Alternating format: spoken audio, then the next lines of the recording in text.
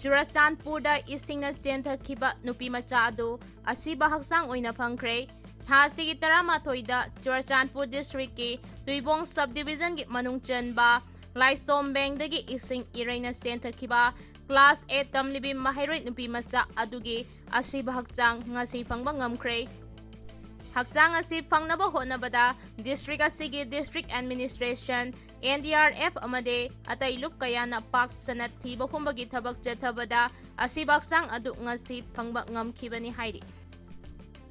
Sinaphanhkhre naga khunja taruki haksang postmortem loirabaso UNC na lausilo haiba yakidre KNFP gi mathakta action laukhanaba takchinkhre.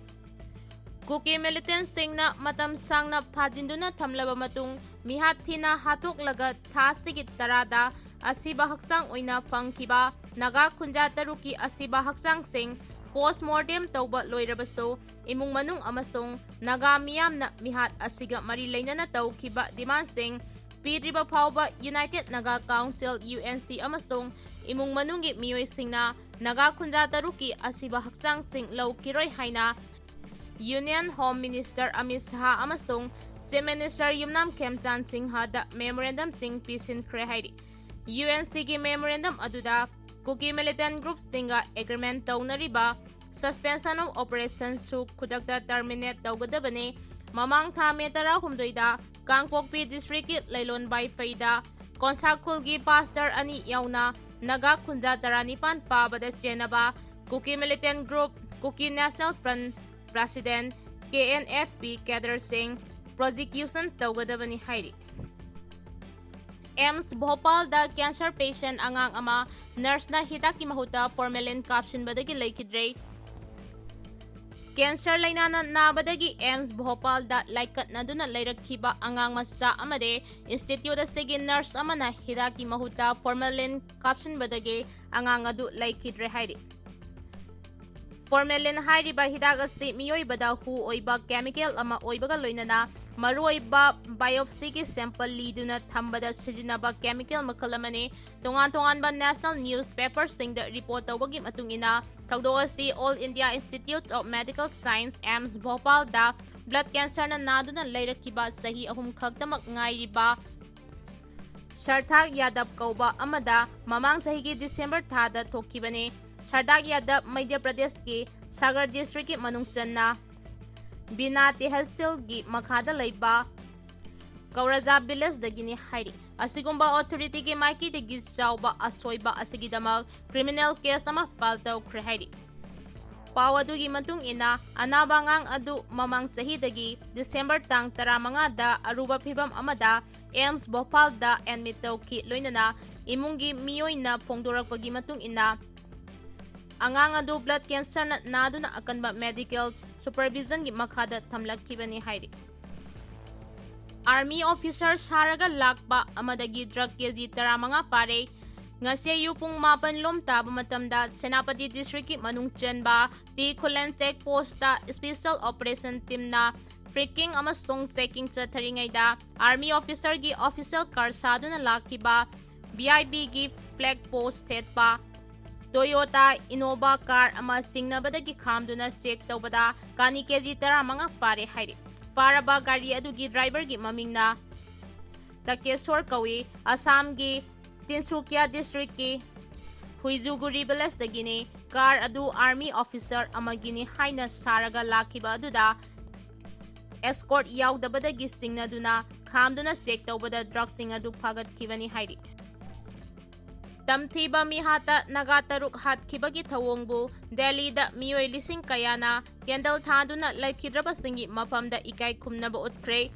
Kuki singna phajinduna thamduraba matung tamthina mihathina hatok laba matung hundoktuna thamlamba naga khunja taruki justice phanghangadabani haibagi dabida ngarang numidang New Delhi gi RK Puram da leiba Nagaland State Guest House da naga community gi member listing ama henbana candle thanduna Leikhidre singi mafamda condolence amasong ikai khumnab utkre.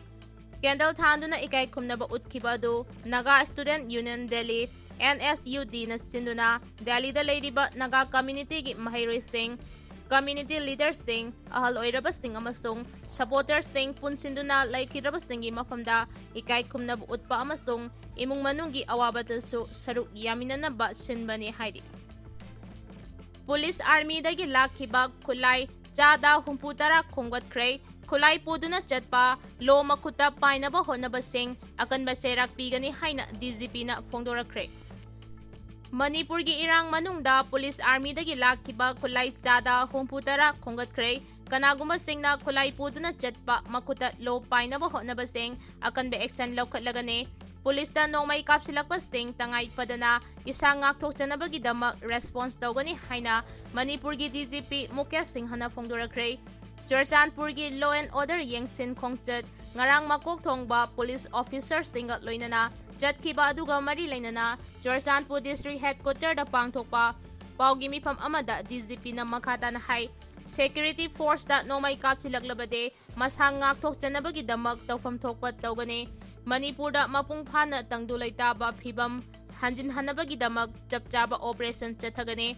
Khulai puduna chatlamba amadi makhuta lo painaba honabasing fagatkane. Social media da aranba pau sandokpasing police na akan mamawong da yengsinbagi tabak chathari.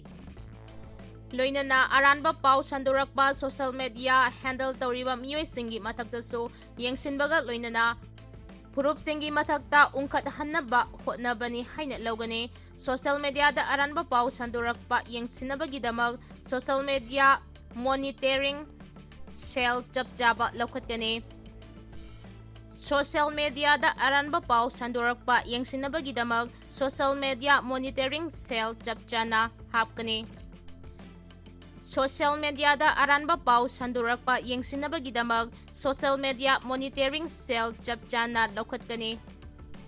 DGP gi yengsin khongchat aduga mari lainana Central Armed Police Force, Assam Rifles ki makok thongba officer sing Churchanpur amasung Bisnupur district ki civil society organization kayagi representative sing kayagasu unaki haidi.